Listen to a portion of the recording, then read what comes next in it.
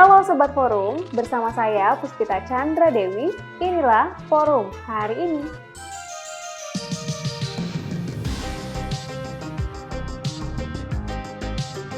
Sebelum kita masuk ke beritanya, jangan lupa like, subscribe, komen, dan nyalakan loncengnya. Sekarang, yuk kita ke beritanya. Berita pertama, KPU RI mengesahkan perolehan suara pemilihan presiden 2024 di DKI Jakarta pada Selasa 12 Maret 2024. Pada perolehan suara di DKI Jakarta, pasangan calon presiden dan wakil presiden nomor urut 2, Prabowo Subianto Gibran Rakabuming Raka, unggul dengan 2.692.011 suara. Disusul dengan pasangan calon nomor urut 1, Anies Baswedan Muhaimin Iskandar, yang meraih 2.653.762 suara.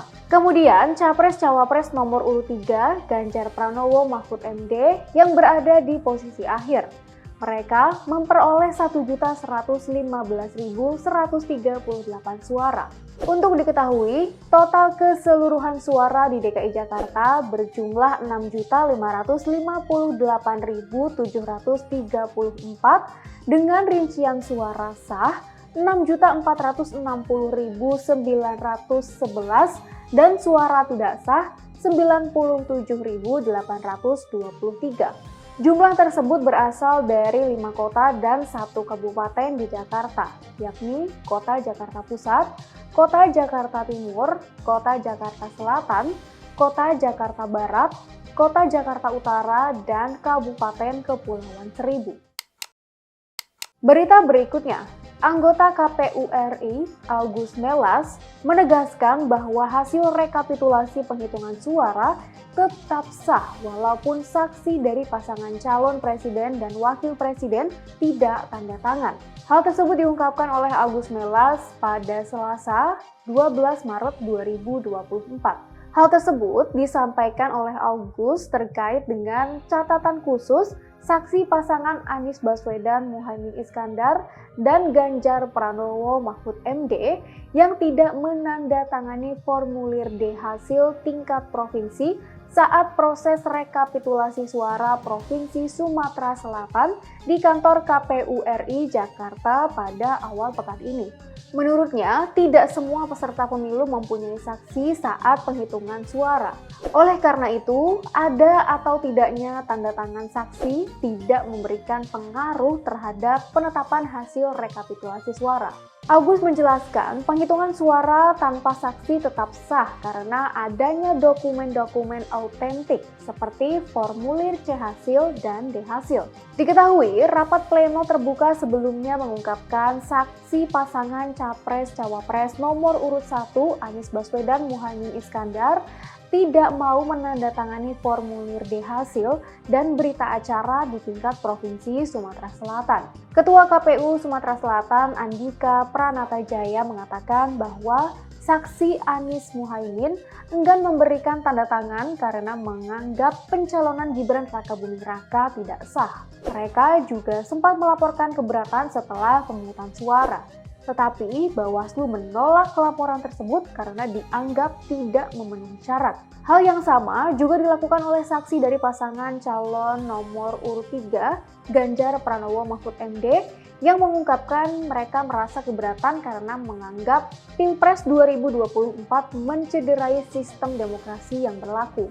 Saksi tersebut keberatan terhadap seluruh proses pemilu yang diduga penuh dengan rekayasa hukum dalam keterlibatan aparat, penyalahgunaan bantuan sosial, intimidasi, hingga aksi politik uang.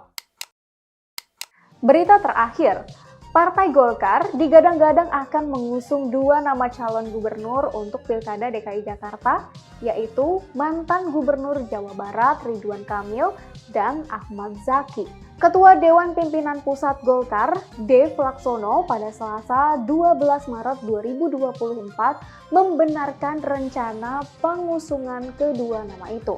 Tetapi, kata dia, kedua nama tersebut masih akan dievaluasi kembali dalam waktu dekat. Dev menjelaskan tidak hanya cagup, Sebagaimana dikatakan oleh Ketua Umum Golkar Airlangga Hartarto, pihaknya telah menerbitkan 1040 penugasan untuk menyongsong Pilkada 2024. Kata Dave, semua nama nantinya akan dievaluasi dan dilihat siapa yang akan maju ke Pilkada 2024. Sedangkan soal Cagup DKI Jakarta, Dave mengaku dari 2 nama tersebut belum bisa ditentukan. Apalagi Ridwan Kamil saat ini memiliki banyak opsi. Bahkan menurut Dave, bisa saja Ridwan Kamil masuk ke dalam jajaran Kabinet Presiden 2024. Begitu juga dengan peta Pilkada DKI. Dave menjelaskan sampai saat ini pun peta koalisi masih belum dirancang. Seperti diketahui, setelah ibu kota resmi dipindahkan ke Ibu Kota Nusantara atau IKN, DKI Jakarta sendiri nantinya akan berubah menjadi Daerah Khusus Jakarta atau DKJ dan menjadi pusat bisnis dan ekonomi global. Untuk itu, menurut Dave, Jakarta membutuhkan pemimpin yang bisa mendukung perkembangan ekonomi, investasi, dan transaksi keuangan. Demikian berita-berita yang dapat kami rangkum untuk forum hari ini, Selasa 12 Maret 2024. Untuk semua sobat forum, jangan sampai lupa terus update berita-berita terkini kalian di www.forumkeadilan.com. Saya Puspita Chandra Dewi, sampai jumpa.